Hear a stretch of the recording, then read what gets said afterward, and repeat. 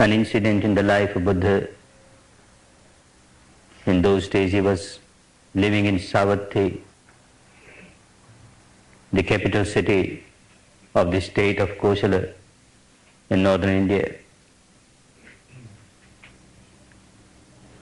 In his meditation center, large number of students, monks, nuns, and still larger number of householders, men, women, will come and learn Dhamma, will meditate, as you all are meditating here.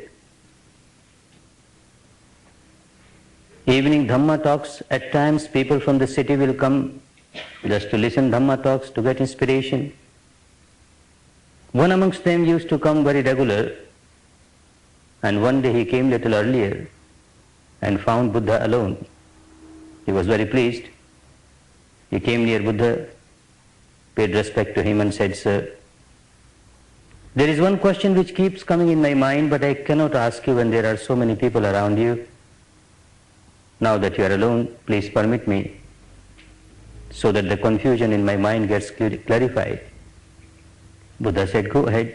There should not be any confusion pertaining to the Dhamma in your mind. Get it clarified. What is your problem?" And he said, "Sir, my problem is that I have been coming to this center from quite a few years, and I have been examining people here. I have found some of them are certainly fully liberated. All their behavior, their dealings, their way of life, they go to prove that they are fully liberated persons, fully enlightened persons. And also there are some who have developed in Dhamma.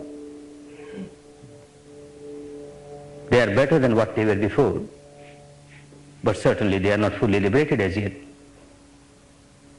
And also there are some, including myself, who are as they were, no improvement.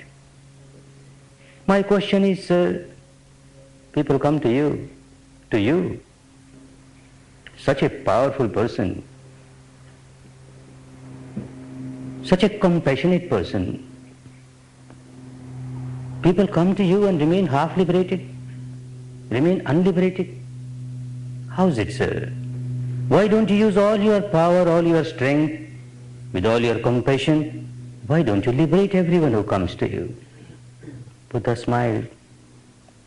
This is what he kept on teaching every day. But if someone is not prepared to understand what can be done, so he again tried to explain him.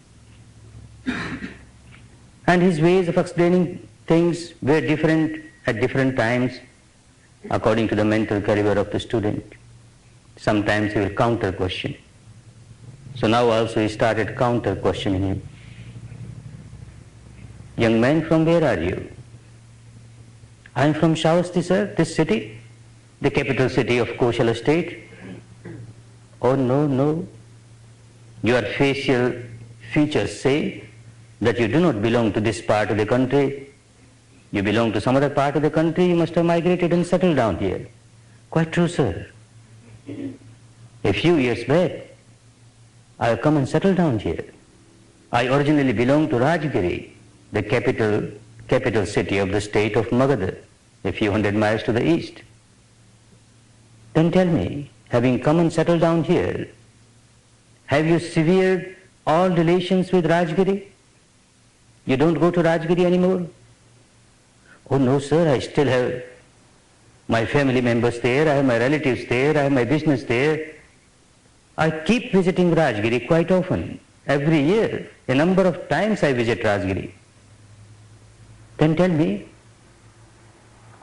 when you go from here to Rajgiri so often, then you must be aware of the path that leads you from here to Rajgiri. You must be aware of this path very well." "Oh, very well, sir." "Then tell me, living here for so many years, you have made so many friends, local friends. Out of them, some would have become very intimate to you.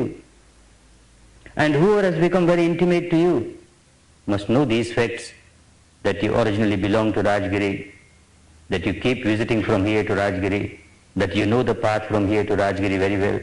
Yes, sir, those who are my intimates, they know all these. Then tell me, some of them must have come to you, asking you about this path, which leads one from here to Rajgiri.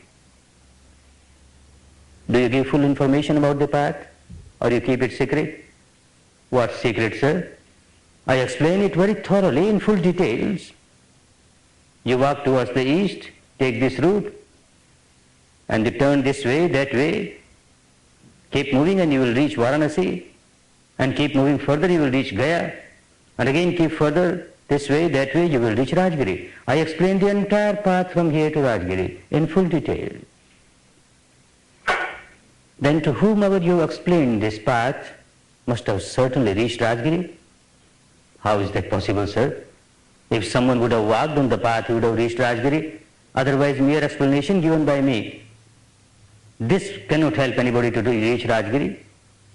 This is what I want to tell you, young man. So many people come to me knowing fully well that here is a liberated person who has walked over the path of liberation and has got direct experience about this path and has reached the final goal of full liberation. Therefore they come to me.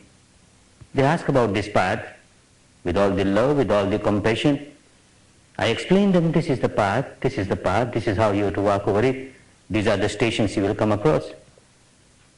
If someone just listens to all that and bows down 3 times and says, sadhu, sadhu, sadhu, well said, but I won't take one step on the path, then how can he reach the final goal?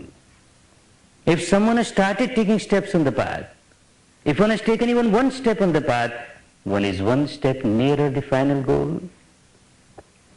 If one has taken 100 steps on the path, one is 100 steps nearer the final goal. If one has taken all the steps on the path, one has certainly reached the final goal. Each individual has to take every step on the path to reach the final goal. No one else can take him on his shoulder and take him to the final goal. It is not possible.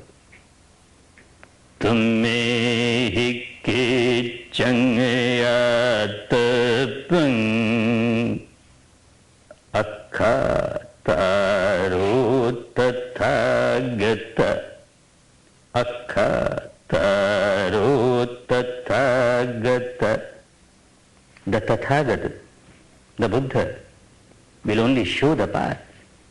Who is a Tathagat? The literal meaning of the word Tathagat, one who has walked on the path of truth and has reached the final goal of ultimate truth. Tumehi kechanga tappang. You have to work out your own salvation. You have to fight out your own battle. You yourself have to take every step on the path.